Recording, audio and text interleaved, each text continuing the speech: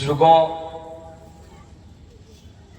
نوجوان بھائیوں، عزیز بچوں اور پردہ نشین میری مائیں اور بہنیں، محترم حضرات،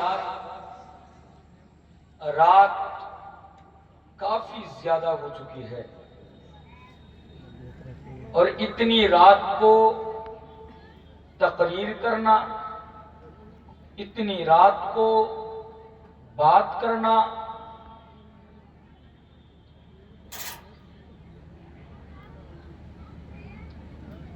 بہت مشکل کام ہوتا ہے، کیونکہ رات کے 12 بجے کے بعد یا تو آدمی نہ تو بولنے لائق رہتا نہ سننے لائق رہتا۔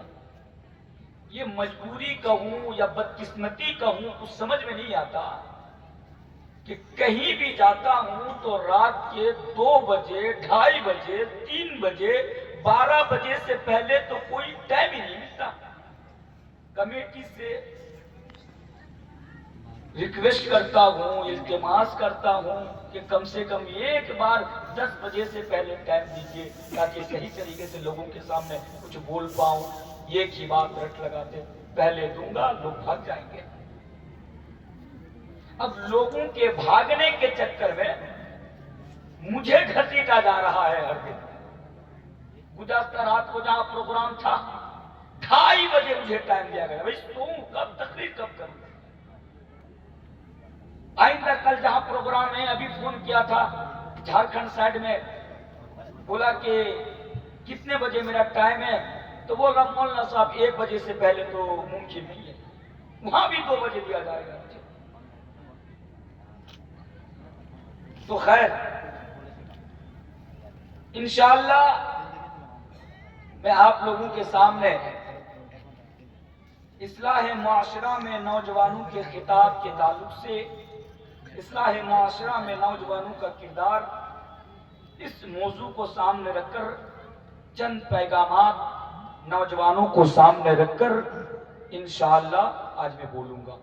ایک سوال پوچھنا چاہتا ہوں، میں جو بات آپ لوگوں کے سامنے کر رہا ہوں، آپ لوگوں کو سمجھنے میں کوئی پریشانی ہو رہی ہے؟ نہیں ہو رہی ہے؟ الحمدللہ۔ پھر بھی যারা উর্দু বুঝতে পারে না ওদের জন্য আমি বলে যাচ্ছি আলহামদুলিল্লাহ, আমি কষ্ট করে বাংলা বলবো আপনার জন্য আজকে, তবে আজকে বুঝিয়ে যাব। আরেকটা কথা বলি, এতক্ষণ আপনারা কোরআন হাদিসের কথা শুনছিলেন আর আমি কোনো সাপের খেলা দেখাতে আসিনি।